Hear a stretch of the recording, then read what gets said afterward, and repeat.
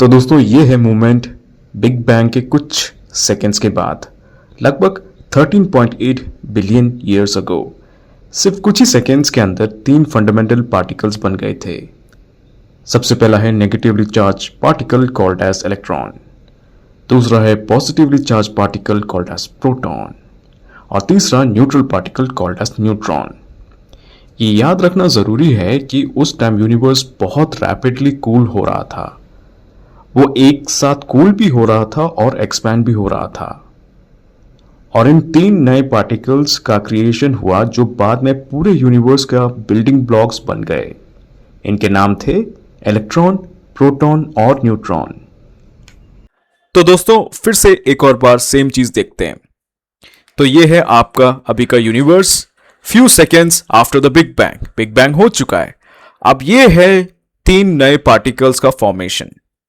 तो समझते हैं, ठीक है? तो समझते हैं थ्री पार्टिकल्स का फॉर्मेशन। तो होता क्या है कि बिग बैंग हो गया 1380 करोड़ साल पहले, राइट? बिग बैंग हो गया।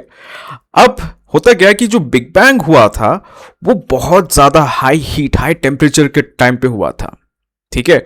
तो हाई हीट, हाई टेम्परेचर के टाइम से कुछ नई चीजें नहीं बन पाई, कुछ नया पार्टिकल्स नहीं बन पाया। बट कुछ ही क्षण बाद आपके फर्स्ट पार्टिकल्स का जन्म होता है। पहले है इलेक्ट्रॉन। ये है आपका इलेक्ट्रॉन जो कि है नेगेटिवली चार्ज। ये तो आपको बचपन से ही पता है। उसका सेम ऑपोजिट है प्रोटॉन जो कि है पॉजिटिवली चार्ज यानी कि प्रोटॉन। और फाइनली नेगेटिवली चार्ज भी नहीं, पॉजिटिवली चार्ज भी नहीं, है आपका न्यूट्रॉन, ठीक है?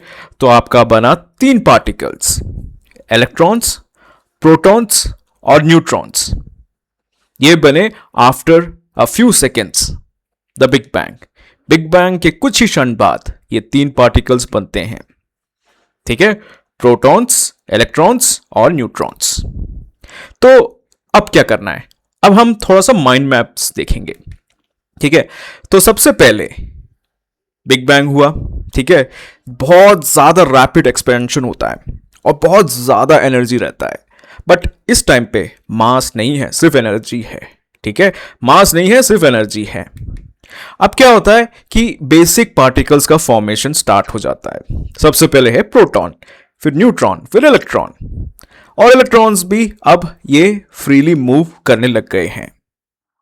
अब ये जो प्लाज्मा है, ठीक है, ये जो प्लाज्मा है वो काफी डेंस है, हॉट है। ये जो पार्टिकल्स है आपस में ऐसे ऐसे ऐसे ऐसे ऐसे ऐसे करके घूम रहे हैं और एक्सट्रीमली हाई टेम्परेचर भी है।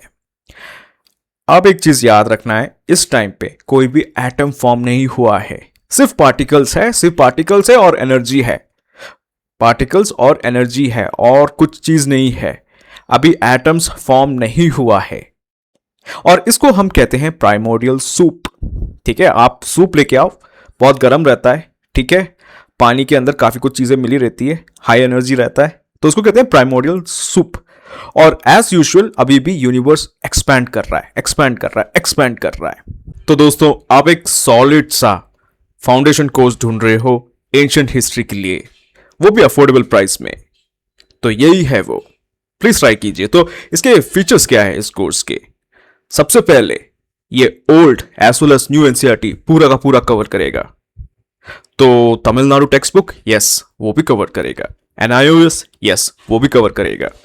और क्या क्या चीज है इसमें? 140 प्लस एनिमेटेड लेक्चर्स है।